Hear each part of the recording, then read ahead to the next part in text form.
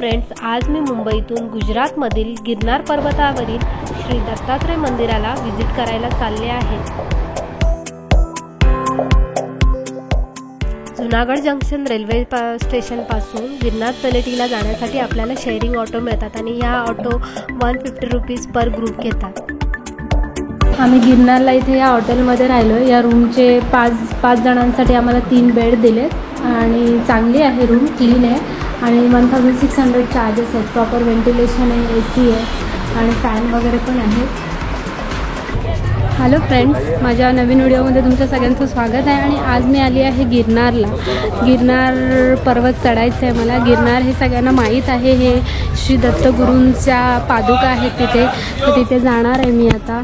तिथे जाण्यासाठी हा असा रोपवे आहे। रोपवेचं टायमिंग सकाळी 7 ते संध्याकाळी 5 वाजेपर्यंत आहे। तुम्ही चालतही जाऊ शकता। गिरनार पर्वत चढण्यासाठी 2 ऑप्शन आहेत, एक तुम्ही डिरेक्टली स्टेप्सने जाऊ शकता आणि सेकंड की अर्ध्या रस्त्यापर्यंत 5000 पायऱ्यापर्यंत रोपवेने। तर सध्या आम्ही 5000 पायऱ्यापर्यंत रोपवेने जातोय आणि त्याच्या पुढे चालत जाणार आहोत। हा असा रोपवे इथे।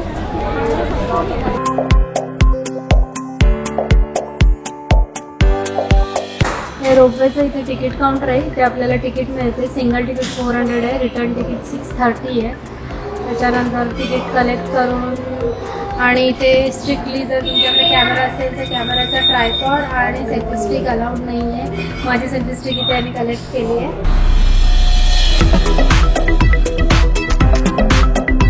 असं इथे यांनी मॅप दिला। रोपवेच्या आतमध्ये असं किड्स झोनसाठी छान सेक्शन आहे, इथे तुम्हाला टॉयज मिळतात। त्याच्यानंतर लहान मुलांना बसण्यासाठी असे स्प्रिंग्स आहेत आणि हे इथले टॉय सेक्शन पण आहे। त्याच्यानंतर इथे शॉपिंगसाठी पण शॉप आहे। गिरनार रोपवे हा one of the longest ropeway आहे आपल्या देशातला आणि याच्यामध्ये आपण 7.5 मिनिटांमध्ये पोहोचू शकतो 5000 पायऱ्यांपर्यंत। सो फायनली मी रोपवेने चालली आहे।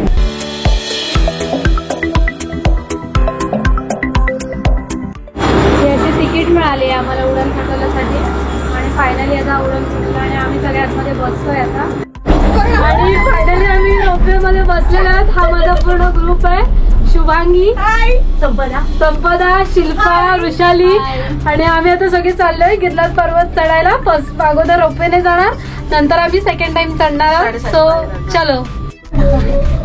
आणि आता रोपवेमधून मला पूर्ण असं खालती खूप थोडी भीती वाटते आणि इकडे पूर्ण गिरनार जंगल दिसतंय, वरून येणारे रोपवे दिसतात असे।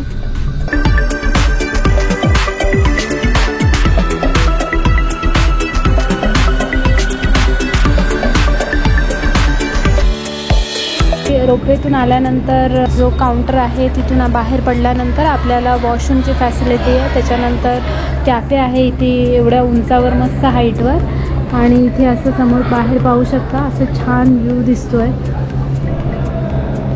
हा समोर आपल्याला तिथे हसनपूर डॅम दिसतोय, डॅमचा व्ह्यू पॉइंट आहे आणि इथून पूर्ण आपल्याला गिरनार पर्वताच्या रांगा दिसत आहेत। त्या पर्वतांना ट्विन टॉवर म्हणतात, तर तिथे आपल्याला जायचं आहे। तिकडचा तो जो पर्वत आहे तिथपर्यंत पोचायचं। तिथे गुरु दत्तात्रयांचं मंदिर आहे, पादुका आहेत तिथे। 5000 पायऱ्या चढल्यानंतर आपल्याला लेफ्ट साईडला अंबाजी मातेचं मंदिर लागतं।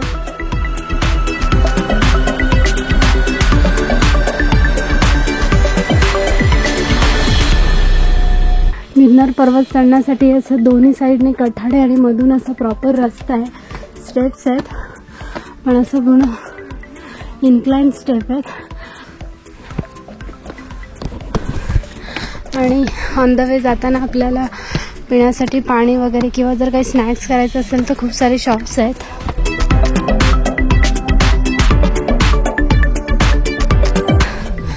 जर आपल्याला चालायचं नसेल किंवा चालण्यासाठी प्रॉब्लेम असेल तर आपल्याला डोली हा पण ऑप्शन आहे।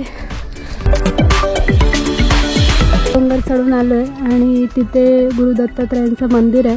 आता पूर्ण इकडे खाली उतरून परत आम्हाला चढायचं आहे। जवळजवळ 2 तास लागणार आहे तसं आम्हाला सांगतात।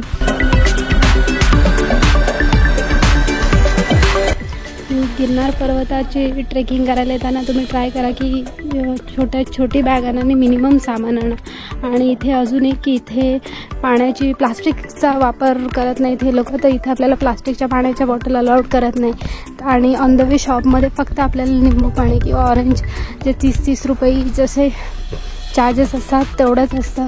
आम्ही आता संध्याकाळचं चढायला स्टार्ट केलं. आता आम्हाला हा लास्ट डोंगर चढायचा आहे आणि हा इथला गेट आहे. एक इकडे लिहिलं श्री गुरु दत्तात्रय चरण आणि एका साईडला कमंडलू कुंड. कमंडलू कुंडच्या इकडे आपल्याला अन्नक्षेत्र म्हणजे आपल्याला तिकडे प्रसाद मिळतो. पण पहिल्यांदा आम्ही इकडे गुरु दत्तात्रय चरणांकडे जातो आहे. गिरनार पर्वतावर जाण्यासाठी 10,000 पायऱ्या चढून जाव्या लागतात आणि हे मंदिर सकाळी 6 ते संध्याकाळी 7 वाजेपर्यंत चालू असतं. आणि इथे आपल्या संपूर्ण देशभरातून दत्तात्रयांच्या पादुकांचे दर्शन घेण्यासाठी लाखो भाविक दरवर्षी येत असतात. हा पूर्ण असा खालून रस्ता पूर्ण आम्ही चढून वरती आलो आहे. गुरु दत्तात्रयांचं मंदिर आहे इथे आणि इथे त्याने लिहिलं आहे की फोटोग्राफी आणि व्हिडिओ शूट अलाउड नाही आहे. त्याच्यामुळे मी पुढे व्हिडिओ शूट करू शकत नाही. जुनागडला आम्ही इथे एक पटेल रेस्टॉरंट आहे, खूप फेमस आहे असं आम्हाला सांगितलं, तर तिथे आलो आहे.